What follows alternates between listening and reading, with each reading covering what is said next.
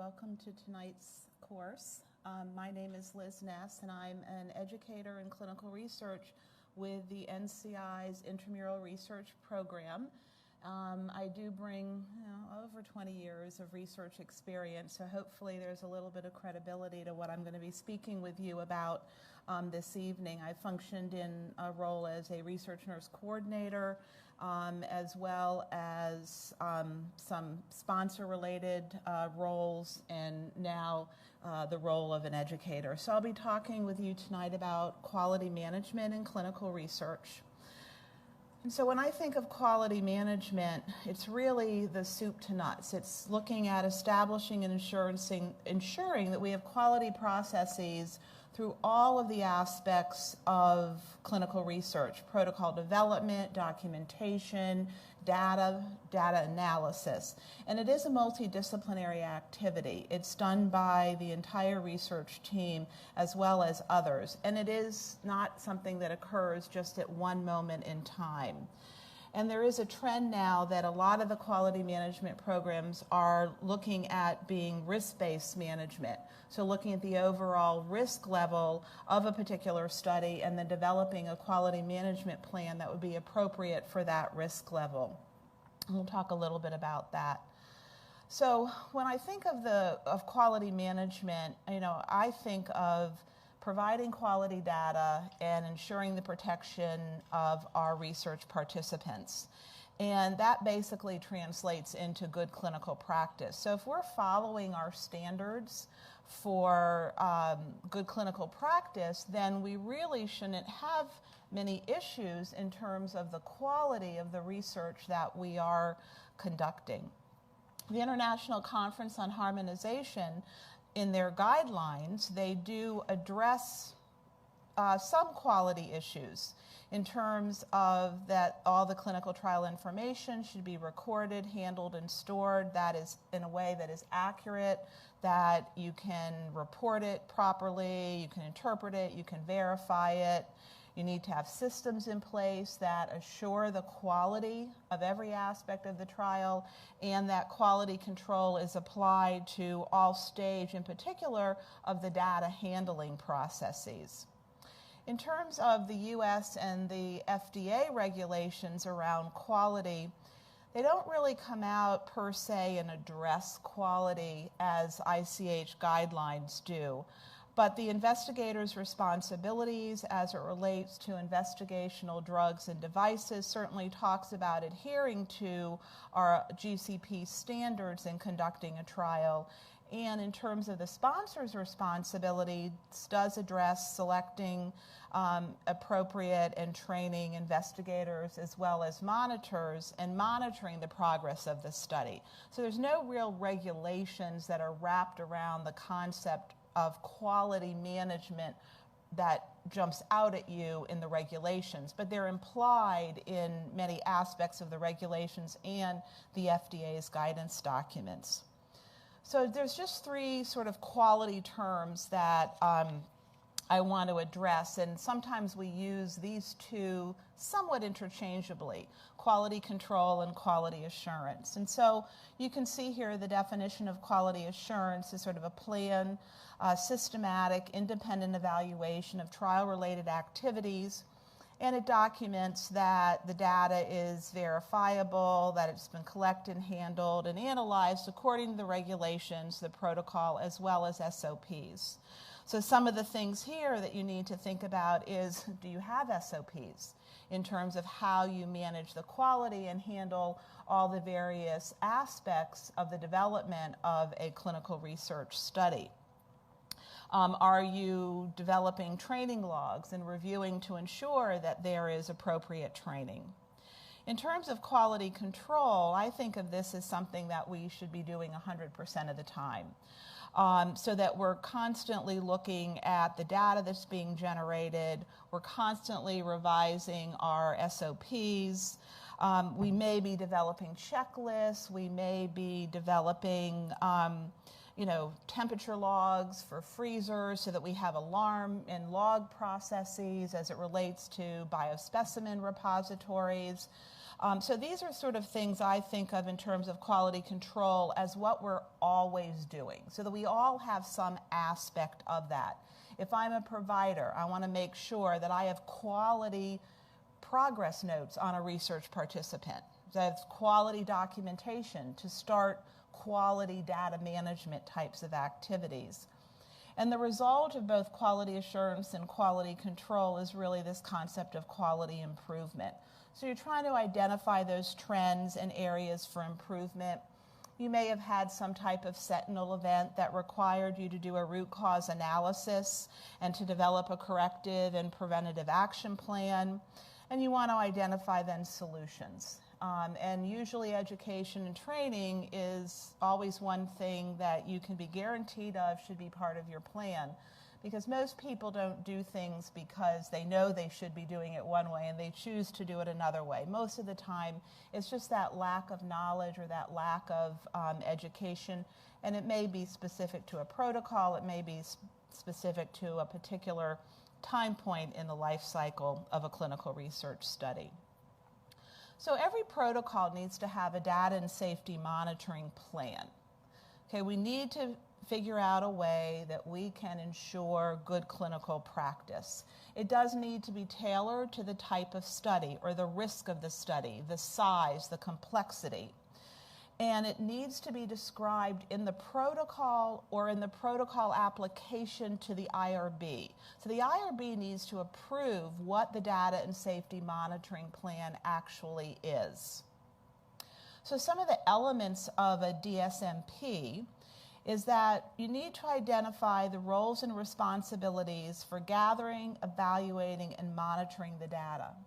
What type of monitoring mechanism are you going to be using? Do you need an individual medical monitor? Do you need a data monitoring committee, a data safety monitoring board, which I know has already been discussed in the series? What's the frequency of that safety monitoring going to be? What are you going to monitor? What are you going to be looking at? And how frequently and when should this monitoring process start? The plan also needs to identify what are the roles and responsibilities of the research staff, the investigator, the sponsor, maybe the entity who's monitoring. Maybe it's a sponsor who is using a contract research organization as their element of a data safety monitoring plan. And do there need to be plans for any type of interim analyses? You know, maybe there's an early stopping rule in the protocol or some other type of change rules. So that all needs to be sort of built into a data and safety monitoring plan. So the way that we get at sort of quality management and what type of data and safety monitoring plans we're going to be using is looking at the concepts of auditing and monitoring. And these terms also are very often used interchangeably. And the way that I think of it is auditing is looking at the forest, whereas monitoring is looking at a tree, all of its branches, all of the leaves, you know, so we're looking more granular. So monitoring might be looking at 100% source document verification of the data that's being provided to a sponsor compared to what is in the medical record and the research record for a research participant. Whereas auditing may be looking at certain elements such as the informed consent process, eligibility, adverse events. So they're not going to look at 100% of the source documents and verify those. So one's a little bit broader picture, the other is a very focused picture. And together you end up with a solid quality assurance or quality management plan for a clinical trial. So there's going to be different types of these plans, monitoring plans. There's the PI and the research team have responsibilities. The organization, the institution, needs to have some type of quality assurance plan or monitoring strategies. The sponsor, whoever holds the investigational new drug IDE or IND application. They need to have a plan. Also, there may be a need for independent monitoring. And our regulatory organizations also have this concept of some type of a quality monitoring or quality management plan. And I'll give some examples of each of these and then talk about sort of how we prepare for any one of these individuals to come and do an on-site visit and look at the quality of our clinical research.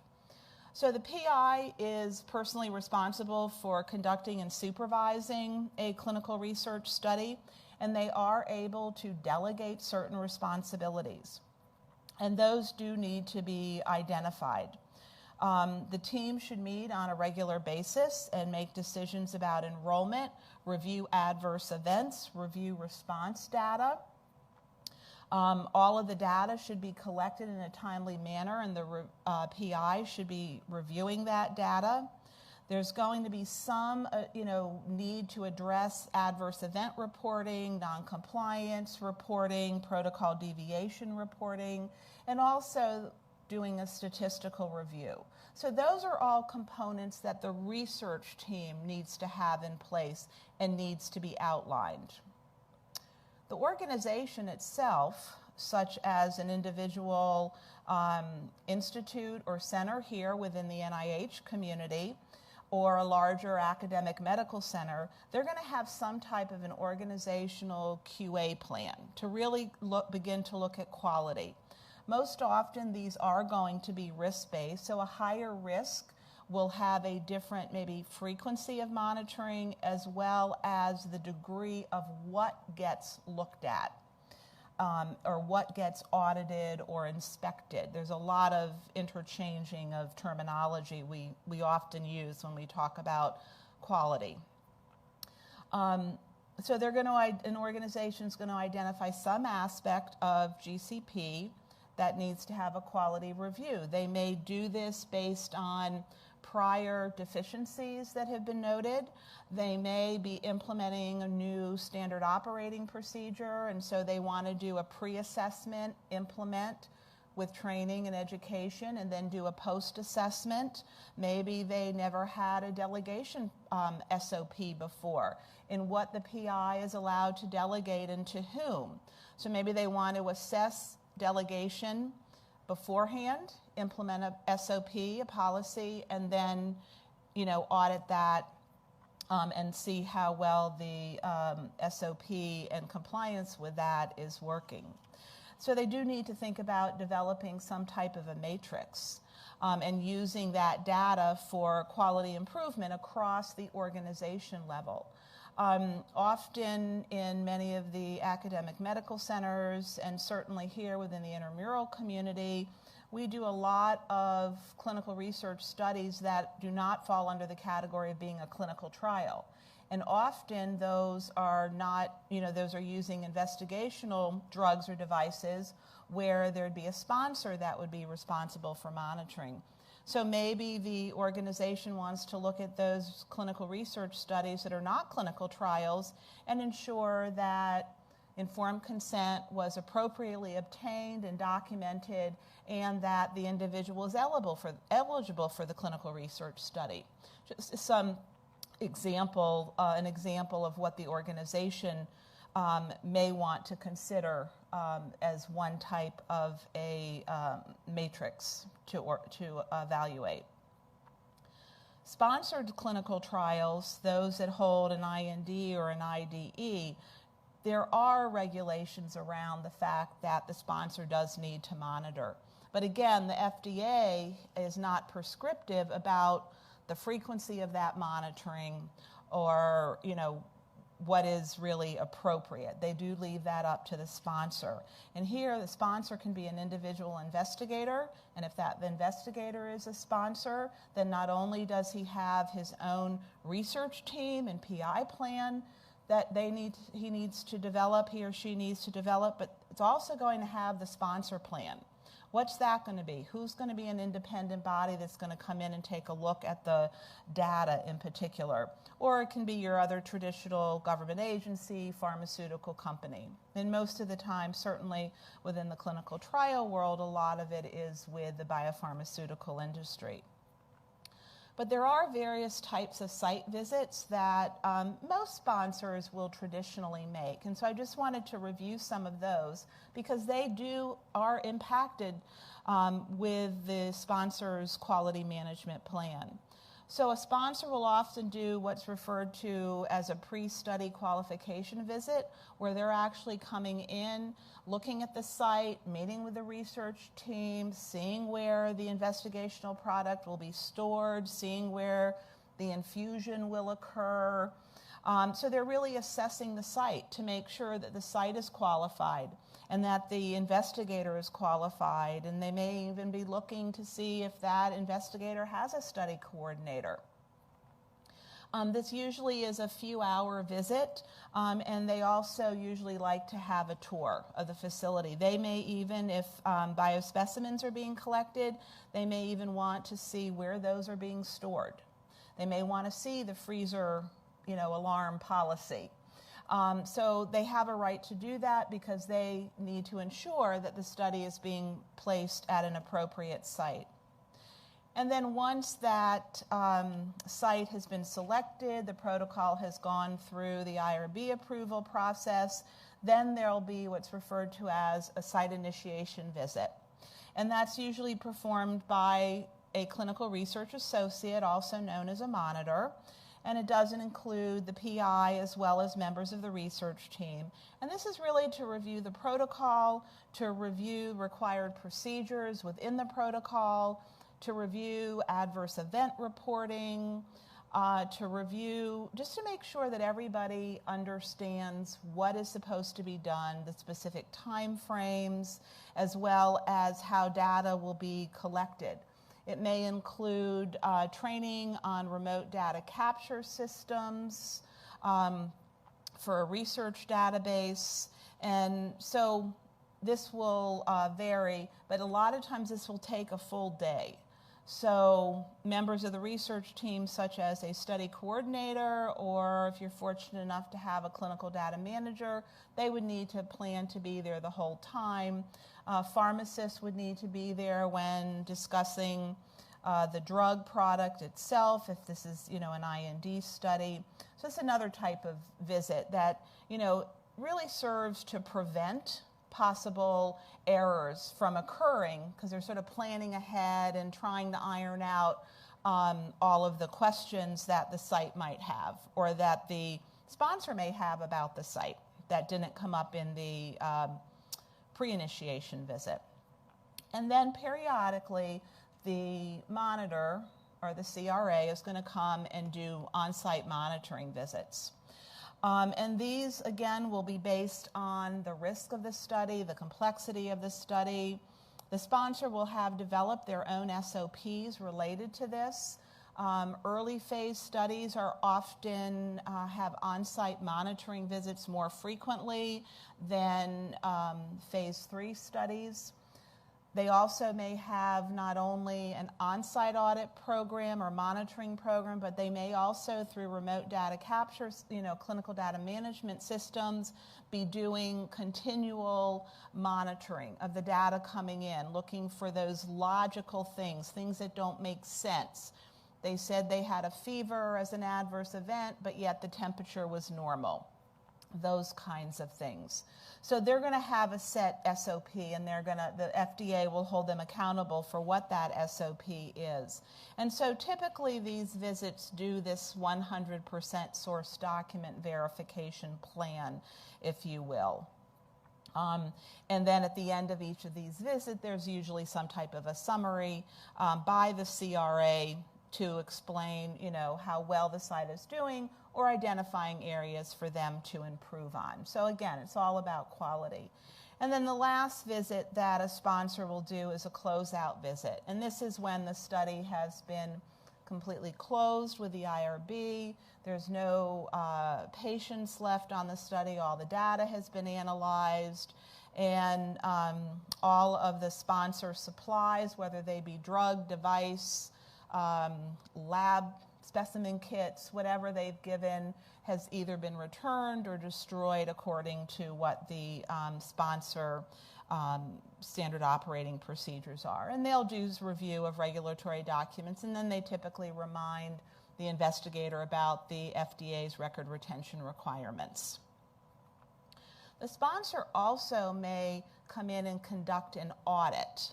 So they've already been in doing monitoring visits. What possibly more could they want to do? Well, they may come in to do a monitoring visit because their product is now in the marketing application process. And so they want to come to a site that maybe had some high accruers. They want to make sure that everything is in order for when the FDA may choose to come and inspect the site. So the FDA will come and inspect sites before they actually will grant approval of a product as part of their quality management program. They also, as part of their QA program, will come in sometimes to audit the monitor to ensure that the monitor is in fact doing what they're supposed to be doing according to that sponsor's SOPs. So again, it's all about, it's not meant punitively, it's all about ensuring quality.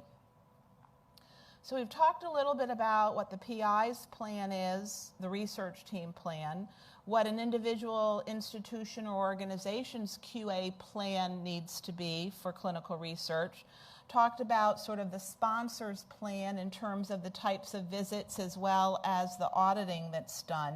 And so we have left sort of this independent monitoring or data safety monitoring board, which is somewhat tied into the sponsor's plan sometimes, or even the organization's plan depending upon funding, and then our regulatory groups. So a sponsor or an organization may choose, or a PI may choose to have an independent monitor for a study that might be more than minimal risk, or for a study that uses more than one site, or if the investigator could have a potential conflict of interest, though nowadays our conflict of interest policies are pretty strict and they most likely wouldn't be allowed to be a PI. And with some FDA-regulated research. Sometimes an independent monitor could be selected to help guide phase 1 dose escalation, looking at safety as an example. I know that the Data Safety Monitoring Board lecture has already occurred, so I'm not going to go into detail about that, but that's also another option that, depending upon your funding source and who the sponsor is, that may be a requirement, or it may be something that a sponsor chooses to do. So I've given a couple of acronyms, a DSMP and a DSMB, and it all becomes alphabet soup after a while. But I just wanted to show you that the Data Safety Monitoring Plan includes members of the research team, whereas a DSMB is separate from the research team, and that the Data and Safety Monitoring Plan needs to describe what's going to be reviewed, when, what the roles and responsibilities are, and a Data Safety Monitoring Board is going to do something similar, but it may be required. Remember, it's independent and it may be required based on your sponsor or your funding. And there are more phase 3 pivotal trials that industry is doing that is using a Data Safety Monitoring Board, or the FDA guidance refers to them as actually data monitoring committees, or DMCs. So if we look at our regulatory groups, they also have sort of monitoring programs looking at quality management and clinical research. And the FDA does what is called inspections. You can think of it as an audit through their BIMO program, or their bioresearch monitoring program. And again, if you look at what the goals are, all the goals point at good clinical practice or good clinical research practice. And the FDA has a nice information sheet that outlines what their monitoring program is. But they will audit or inspect IRBs, investigators. They'll inspect for good not only clinical practice, but for good laboratory practice, as well as good manufacturing practices, so all of the standards that they use in order to approve products.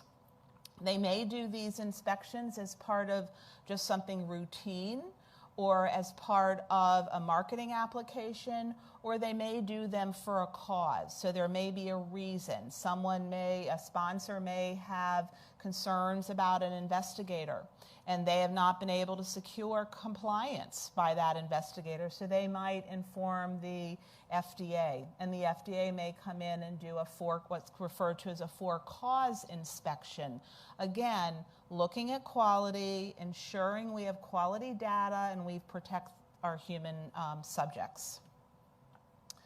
OHRP, or the Office for Human Research Protections, also has a compliance oversight program, and they're looking at obviously protecting and ensuring that the regulations that they are responsible for oversight. So we're looking at the Human Subjects Protection Regulations for the Department of Health and Human Services, fondly referred to as Title 45, Part 46. And they will also do routine or for-cause inspections on site, or they may actually follow up via email or a phone call, because anybody can, again, report some type of complaint. Maybe they didn't like a participant's family, didn't like the outcome of their family member's participation on a clinical research study or a clinical trial in particular.